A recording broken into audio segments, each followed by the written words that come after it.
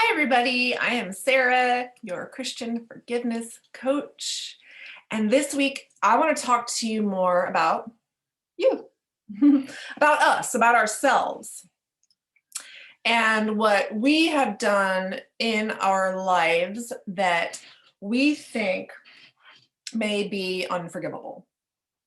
And I know we've touched on forgiving ourselves, like our self-talk and our regrets, etc. But in this practice of forgiveness, I'm always learning, I'm always growing. So naturally going forward, I'll maybe repeat some things and hopefully with more insight, depth, and wisdom.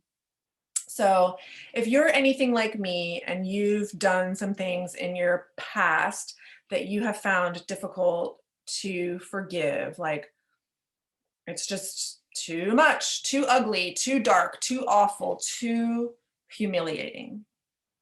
And to make matters even worse, if you're like me, you heap on top of that the weight of, oh, I should have known better.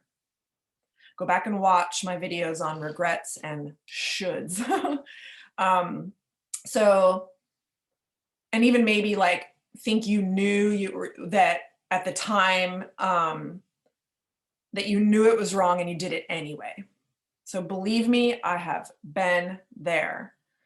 We justify our actions. Our brains are really good at doing that sometimes, aren't they? Like justifying, making excuses, blaming others.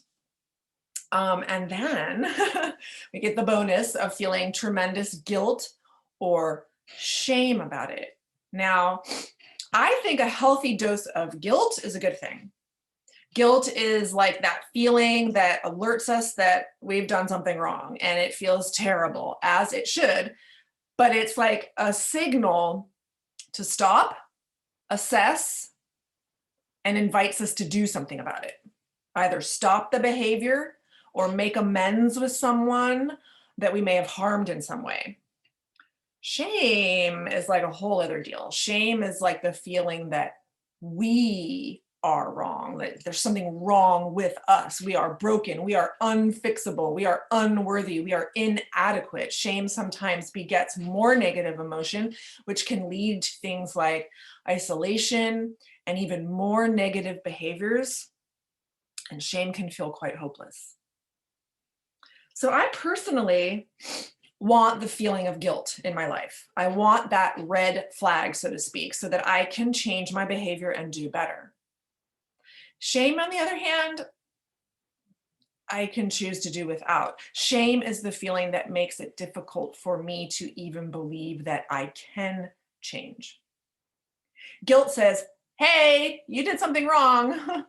Shame says, hey, there is something wrong with you. So I think it's important to see that distinction and be aware of that and be on top of that. But both of them can be major roadblocks in forgiveness. So you may be believing that whatever you did in the past is too bad, even though you've changed your behavior and you don't do it anymore. You may feel like you don't deserve forgiveness for whatever it was that you did. You believe you should have known better. You believe that you're beyond help or redemption. Well, I am here to tell you that that is not so. We all fall short. I promise you're not alone. Hey, if you haven't read the story of King David in the Bible, seriously, go read it. Oh yeah, and that guy named Paul, like check him out. His story, right? Okay. So now I want you to separate out if there's something you're currently doing that you do know is wrong and you're feeling guilt or shame over it, please consider talking to someone. Admitting it can be a very important first step.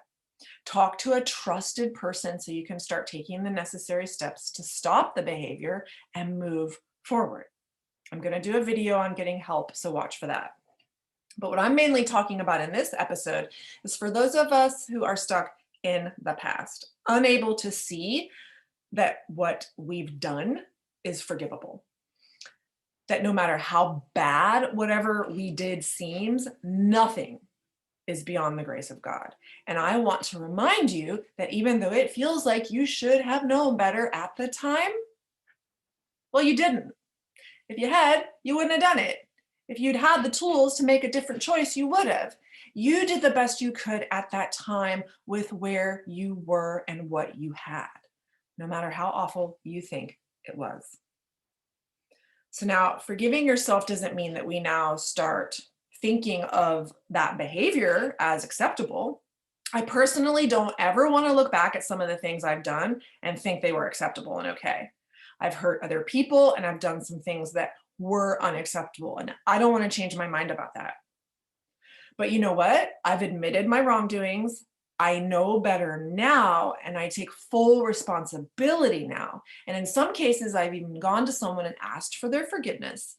And I strive to do better. And it's because of that that I'm forgiven, that I forgive myself, and that I accept God's forgiveness.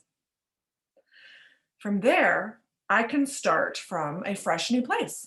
I can learn from that so I don't make the same choices, and I can be grateful for that lesson and choose to let it shape me into a new person. And that's what forgiveness is, right? A fresh start. So if you did something wrong and you've come a long way since then, celebrate that. Look at how far you've come. Praise God. If you're stuck, then get unstuck. Start moving forward. This is work worth doing, I promise you. If you know Jesus, then you know he died for you. But do you really know that? He died for you too. Not everyone else except for you. Not everyone else's sins except for yours. For yours. Why?